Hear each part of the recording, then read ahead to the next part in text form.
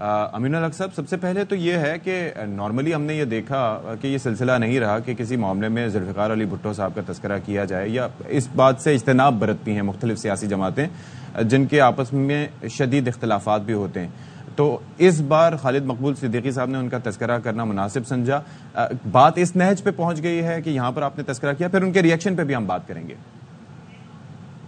دیکھیے، میرا خیال ہے کہ اشفاق سچ کہنا، حق بات کہنا، میرا خیال ہے کسی خوف پہ نہیں آنا چاہیے بلکہ بتاتے رہنا چاہیے. میرا خیال ہے کہ یہ بات تو تمام اخبارات میں جو 70 کی دہائی میں دیکھیں تمام اخبارات میں موجود ہے نا. ادھر مدت تم کا نعرہ کس نے لگایا تھا جب ولی خان مولانا مفتی محمود ڈھاکہ میں نیشنل اسمبلی اجلاس اٹینڈ کرنے جا رہے تھے تو کیا کہا گیا کہ ان کے ٹانگیں توڑ دی جائیں گی. پھر پہلا سول مارشل ایڈمنسٹریٹر کون بنا؟ بھٹو صاحب بنے.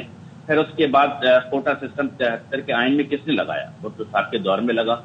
لسانی فسادات 72 میں کس نے کرایا؟ ان کے ٹیلنٹڈ کزن جیسے ممتاز بھٹو صاحب وزیر اعلیٰ سندھ ہوا کرتے تھے. کیا اس تمام عرصے میں ایم کیو موجود تھی؟ ایم کیو کا تو وجود بھی نہیں تھا. اس کا مطلب یہ تمام چیزیں کی گئی. خالد بھائی نے بات کی کہ نیشنلائزیشن کر لی گئی. یس، تمام فیکٹریاں جو کراچی کی تھی، جو پورے پاکستان میں، لیکن اصل 90% فیکٹریاں جو کہاں تھی کراچی کے اندر تھے، ان تمام لوگوں کو نیشنلائز کر دیا گیا. اس کے بعد امین الحق صاحب، یہ باتیں آپ کی باتیں بجائیں تو ڈی نیشنلائز کر لیا گیا، لیکن 71 کا حوالہ دینا تو دیکھیں سب کی کلوزٹ میں اسکیلیٹنز موجود ہیں. پھر کل کو کیا بلکہ ناصر حسین شاہ صاحب نے پھر حوالے بھی دیے. انہوں نے کہا آپ لوگوں کو شاید ابھی بھی لندن سے انسٹرکشن ملتی ہیں. 2016 میں کیا ہوا سب کے سامنے ہے. تو ہر جماعت اگر ایک دوسرے کے اوپر کیچڑ اچھالے گی تو سب کے پاس کچھ نہ کچھ ایسا ہے. تو یہاں تو لوگ مسائل کا حل چاہ رہے ہیں، آپ لوگ آپس میں لڑ رہے ہیں.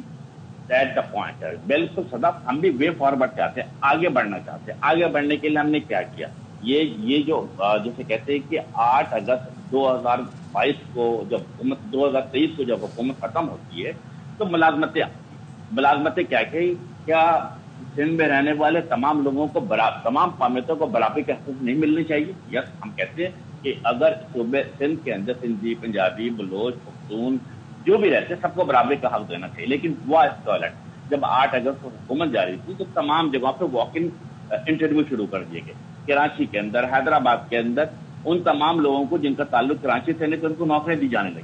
ایم کیو ایم کورٹ میں چلے گی. کورٹ نے جسے کہتے ہیں کہ ایک اچھا اور میرٹ پہ فیصلہ کیا کہ یس، 1 گریڈ سے لے کر 5 گریڈ تک اور 6 سے لے کر 15 گریڈ تک مقامی لوگوں کو نوکریاں دی جائے. میں تو یہ نہیں کہتا کہ اگر لاڑکانہ میں کوئی جاب نکلتی ہے تو لاڑکانہ کے لوگوں کو ڈرائیور اپائنٹ کرنا چاہیے، کلرک اپائنٹ کرنا چاہیے. لیکن اسی طریقے سے اگر کراچی میں کوئی جاب نکلتی ہے تو کس کا بنتا ہے؟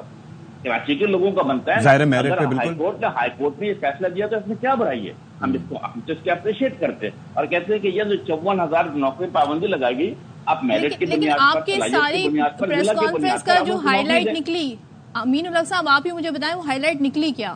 اس کا رسپانس سندھ گورنمنٹ کی طرف سے آیا کیا؟ تو ایشوز کچھ اور تھے اور آپ نے جب ان کے قائد کی طرف معاملہ موڑا تو پھر ہائی لائٹ اور سرخیاں کچھ اور نکلی ہیں. پھر ساری پریس کانفرنس اصل معاملہ دب گیا. اب آپ سمجھنے کی کوشش کریں ہم نے کیا بات کی. ہم نے تو میرٹ کی بات کی کہ یس، جو 8 اگست جب حکومت جس دن ختم ہو رہی تھی آپ واک ان انٹرویو شروع کر دیا تھا، ہم نے اس کو رکوایا ہے. اور رکوانے کے بعد جیلوں کو نوکری ملی تو نوکریاں ملنا رک گئی. اور ہم نے یہ بات کل کے پریس کانفرنس میں ہائی لائٹ کی اور ہم نے یہ اسی تناظر میں بتایا کہ 70 کی دہائی میں کیا ہوا کراچی حیدرآباد سے.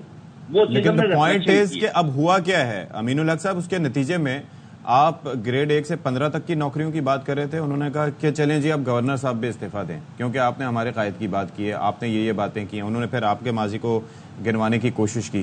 تو وہ جو مقصد تھا بیسکلی وہ یہ تھا حق پر بات کرنا. مقصد یہ تھا کہ چیزوں کا بہتر بنانا اور جو اگر حق تلفی ہو رہی ہے تو اس کا ازالہ کرنا. لیکن نتیجہ اس کا آپ کی کیا جو ایکسپیکٹیشنز تھیں ان کے مطابق نکلا؟